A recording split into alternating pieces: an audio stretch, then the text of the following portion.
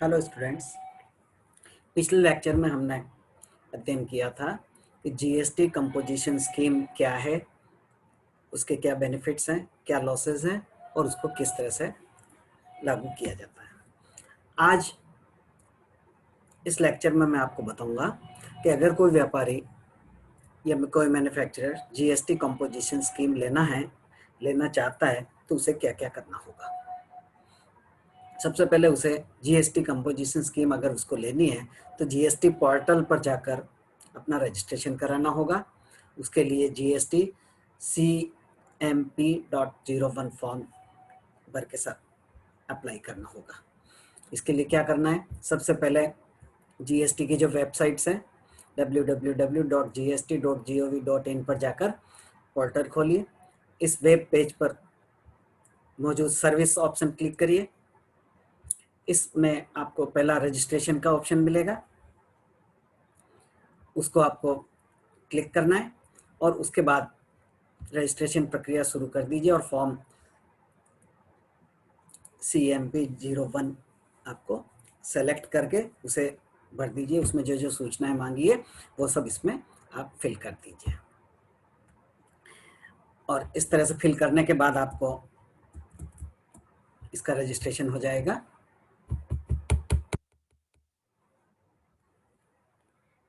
इसमें और क्या क्या ध्यान रखना देखिए।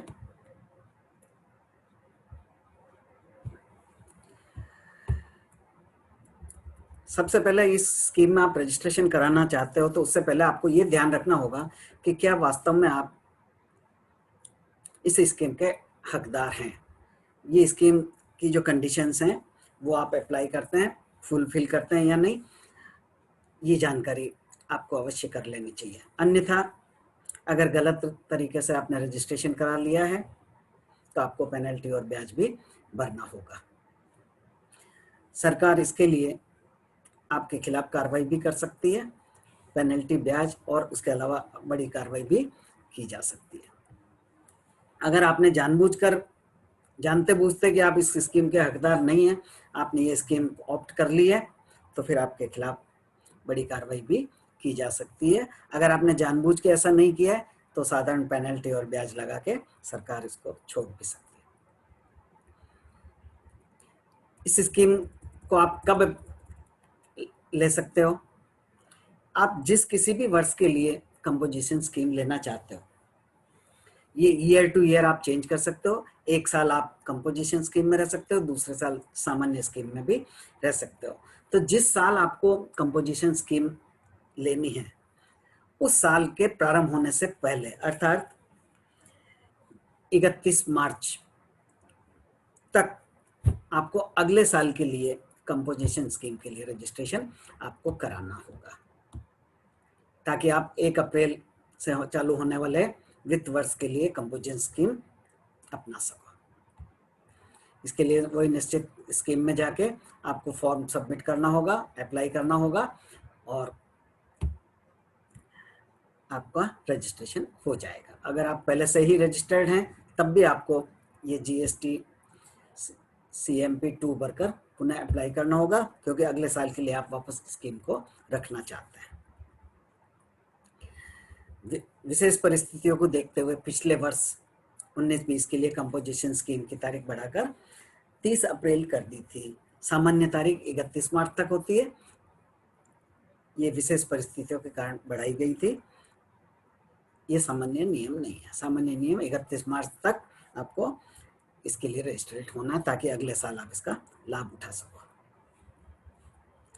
आप जब चाहें इस स्कीम को छोड़ सकते हैं। स्कीम छोड़ने के लिए आपको क्या करना होगा, आप साल के अंत में छोड़ सकते हैं, साल के बीच में भी आप इस स्कीम को छोड़ सकते हैं। इसके लिए आपको क्या करना होगा, वही GSTL पोर्टल पर जाकर GST CMP कंपोजिशन .04 फॉर्म भर के अप्लाई करना होगा तथा आपको फॉर्म GST ITC 01 फॉर्म भी भरना होगा, जिसमें जिस दिन आप अप्लाई कर रहे हैं उस दिन आपके स्टॉक में क्या क्या वस्तुएं हैं उस सबका विवरण आपको देना होगा, ताकि आगे सामान्य स्कीम के अंतर्गत उस पर टैक्स नियमानुसार लगाया जा सके। अब आप दूसरी तरह की समस्या आती है कि आप साल के बीच में छोड़ना तो नहीं चाहते, लेकिन आपकी टर्नओवर की लिमिट पूरी हो गई है। टर्नओवर की लिमिट क्या है? पिछले टर्म पे मैंने बताया था कि अगर कोई व्यापारी 1.5 करोड़ रुपए से अधिक टर्नओवर करता है तो वो ये स्कीम नहीं ले सकता, इससे कम कम होनी चाहिए, या विशेष राज्यों में 75 लाख इसकी लिमिट दी गई है। अगर साल के बीच में आपको लगता है कि आपकी टर्नओवर की लिमिट 1.5 करोड़ रुपए की पार हो रही है, तो फिर आपको कंपोजिशन स्कीम का दर्जा समाप्त हो जाएगा, आप कंपोजिशन डीलर नहीं रह पाएंगे। इस कारण आपको जिस दिन आपने ये टर्नओवर की लिमिट पार कर रही है उसके 7 दिन के अंदर अंदर कंपोजिशन स्कीम से बाहर जाने के लिए अप्लाई करना होगा। अप्लाई करने के लिए वही आपका रजिस्ट्रेशन प्रोसेस में जाके GST CMP 04 भर के आपको अप्लाई करना होगा, और उस दिन आपके स्टॉक में क्या क्या माल पड़ा है उसकी पूरी डिटेल ITC 01 में आपको सबमिट करनी होगी, ताकि आप सामान्य स्कीम के व्यापारी निर्माता मान लिए जाएंगे। इसके साथ आपको और आगे काम क्या करना है? उस दिन तक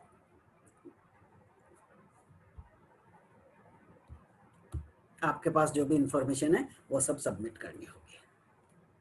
अब आपने GST के लिए, कंपोजिशन स्कीम के लिए रजिस्ट्रेशन करा रखा है, तो उनको क्या क्या काम करना है? उनको अपना जो मुख्य कारोबार का स्थान है जहां पर आपके कस्टमर्स आते जाते हैं, ऐसे स्थान पर जहां पर वो कस्टमर आसानी से उस नोटिस को देख सके, वहां पर आपको लिखना होगा कंपोजिशन टैक्सेबल पर्सन। अर्थात आपने GST कंपोजिशन स्कीम ले रखी है, इसको आपको प्रदर्शित करना होगा कि ग्राहक कोई भी आसानी से उसको देख सके। ये लगाना अनिवार्य है, चाहे आप निर्माता हैं, चाहे आप वस्तुओं का व्यापार करते हैं या सर्विस प्रोवाइड कर रहे हैं, इन सबको यह सूचना वहां लगानी आवश्यक है। इसी के साथ आपको अपने बिक्री के बिलों पर भी एक स्टैंप लगानी होगी या छपाना होगा, not eligible to collect tax on supplies. जो बिल आप माल बेचने पर इशू करते हैं उस पर आपको लिखना होगा कंपोजिशन स्कीम और साथ में not eligible to collect tax on supplies, ये लगाना होगा, ताकि आप व्यापारी टैक्स कलेक्ट नहीं कर सके और जो आपके ग्राहक हैं वो भी इसको देख सकें कि आपने इस पर कोई GST लगा तो नहीं दिया है, कलेक्ट नहीं किया है। इस तरह से इन सब सूचनाओं को दिखाते हुए आप GST स्कीम रख सकते हैं। आप साल के बीच में चाहें तो छोड़ सकते हैं, साल के बीच में अनिवार्य रूप से भी आपको छोड़ना पड़ सकता है अगर वो लिमिट पूरी कर ली है, तो उसके लिए जो प्रोसेस अभी मैंने आपको बताया वो आपको दिखाना होगा। और जब आप इस स्कीम से बाहर आ जाएंगे तो बची हुई अवधि में आप अपने कस्टमर से GST वसूल कर सकते हैं, आपको GST इनवॉइस इशू करने का अधिकार होगा, आप इंटरस्टेट बिक्री भी कर सकते हैं। ये सब सुविधाएं आपको पुनः प्रारंभ हो जाएगी, लेकिन जो GST की सामान्य स्कीम है उसके अनुसार आपको सारे रिटर्न्स भरने होंगे, सारी सूचनाएं देनी होगी, वो सब का सूचनाएं उसमें उल्लेख करना होगा। इस तरह से आपको इन बातों का ध्यान रखते हुए GST कंपोजिशन स्कीम अपनानी होगी या छोड़नी होगी। तो इन 2 दिन में कंपोजिशन स्कीम मैंने आपको बताई क्या है सामान्य स्थितियां और उसके लिए रजिस्ट्रेशन कैसे करना होगा। तो थैंक यू।